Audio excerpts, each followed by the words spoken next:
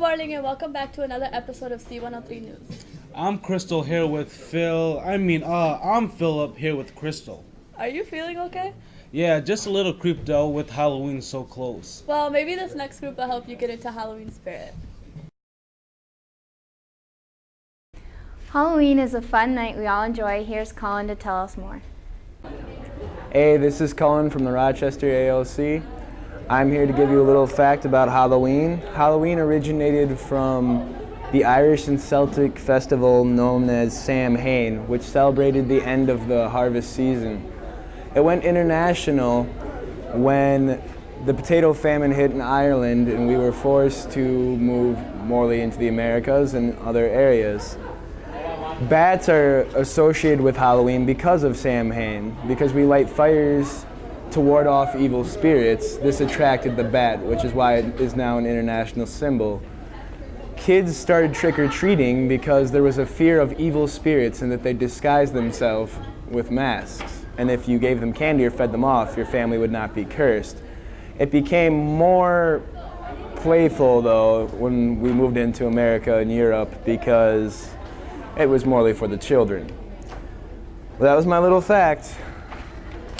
So, see you news. This year, you may see some teal pumpkins outside of people's front doors. That is because they're participating in the Teal Pumpkin Project, where they're handing out non-candy or non-food items for food allergy awareness. To participate in this, you can just buy some simple items from the dollar store and hand them out to raise awareness for the food allergies. Thanks. Hi, I'm Nicole and I'm here with Tanya. So what are your plans for Halloween?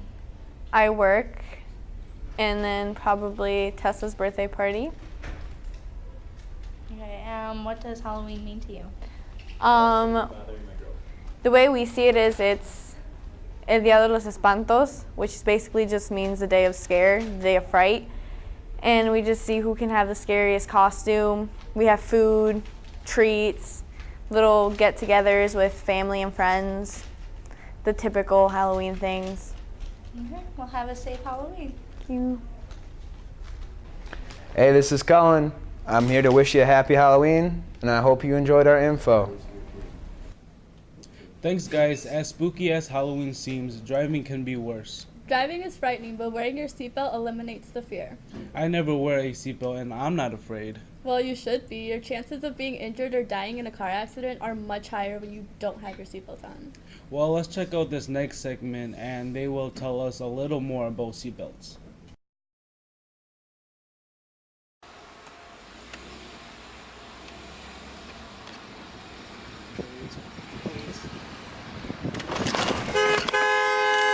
Greg, are you okay?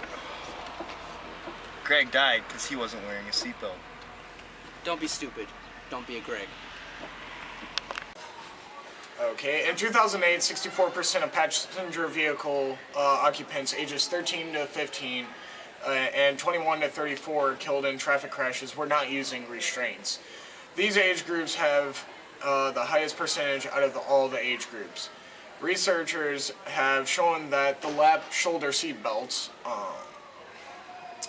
when used, reduce the risk of fatal injuries to the front passenger car occupants by 45%, of the moderate critical injury by 50%.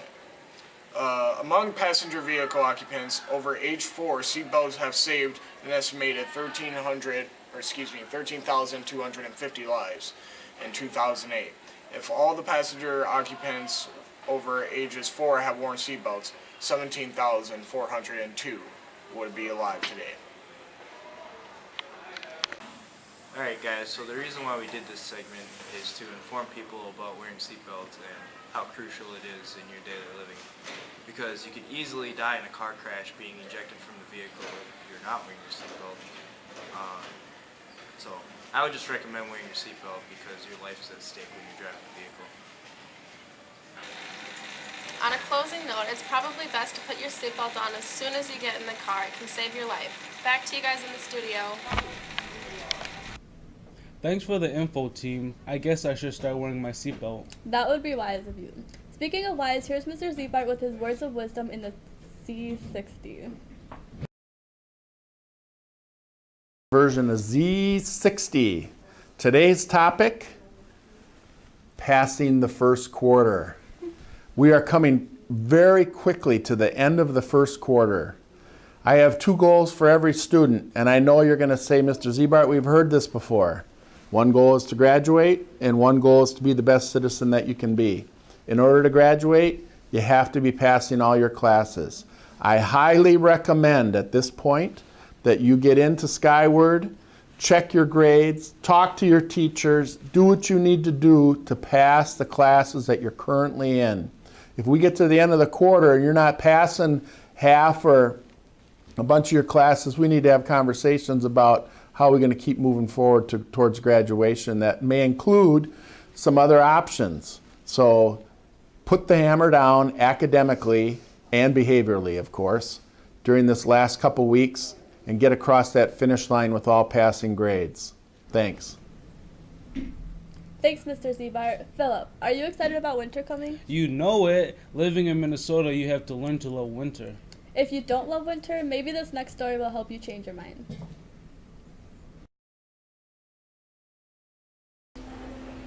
Instead of dreading winter this year, here's some ways you can enjoy it. If you like to snowboard, ski, or etc., you can go to Welsh Village. It's an average cost of $43 per day. If you want to go ice skating, you can go to the rec center, and it's an average of $4. Snow Angels! Snowball fight!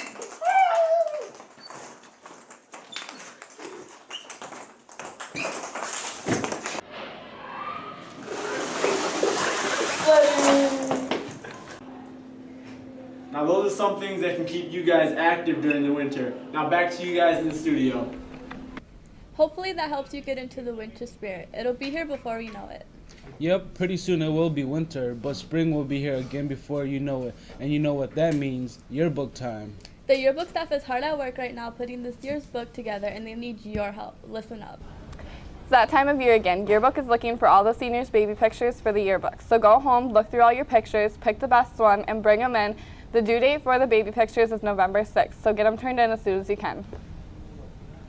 Be sure to get those baby pictures in ASAP, seniors. Last week, one of our teams did a story about all of the resources available to our ALC students. That's right, and this week we are starting a new segment about knowing your resources in your community. Up first, Channel 1. Check it out.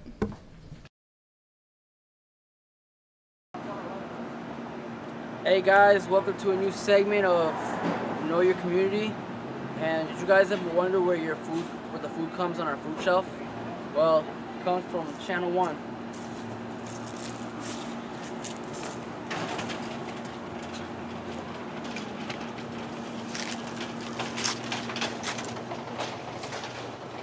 Right here we have with me Karen. Hi Karen, I'm Jose. Nice to meet you, Jose. Alright, can you tell us a little bit about what you guys do at Channel 1? Sure, at Channel 1 we're a food bank and a food shelf. As a food shelf, we serve all the folks that live here in Olmsted County. They can come out and get groceries once a month. And then as a food bank, we supply food to 14 counties in southeast Minnesota and La Crosse County, Wisconsin. Last year we distributed almost 10 million pounds of food to folks in our service area. Wow. Yeah. So there you have it. This is where all our food comes from on our food shelf. Thanks, Jose. It's nice to know that we have such a valuable resource right down the street from us. We have another valuable resource right here in the building, Lois. This week, Lois is mixing things up in her weekly life tips. See if you notice the change. My name is Steven, and we have a new segment called Life Tips. This week is the power of attitude. Now, attitude. What is attitude? It is the one thing that can affect your day majorly. If you have a positive attitude, people tend to like you more. But if you have a negative attitude, no one's gonna really want to talk to you. You're going to be all antisocial.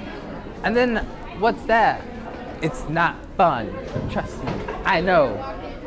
Thinking brighter. Because, like, there's always going to be a shadow over you.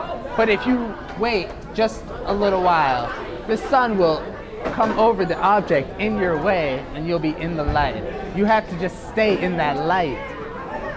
So when you find yourself feeling down or depressed, just go talk to someone.